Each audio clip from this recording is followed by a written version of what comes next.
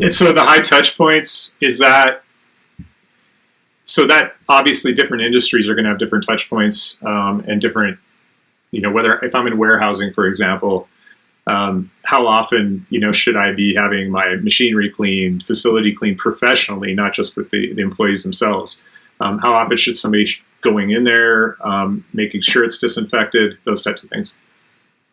Yeah, I mean, relying on your employees is important, but you are relying on your employees to do something that they're not trained to do, and it takes away from them doing their normal daily tasks.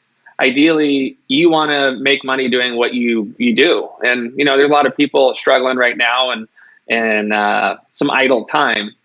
But assigning people, hey, this is your forklift today. It's clean. It's your forklift. You use it all day long.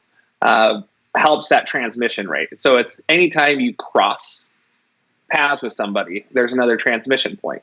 And so having it professionally cleaned several times a day helps prevent those transmission points and helps keep those transmission points clean. We work to identify those, walk in the facility, physically touching things, talking with employees and seeing where their concerns are.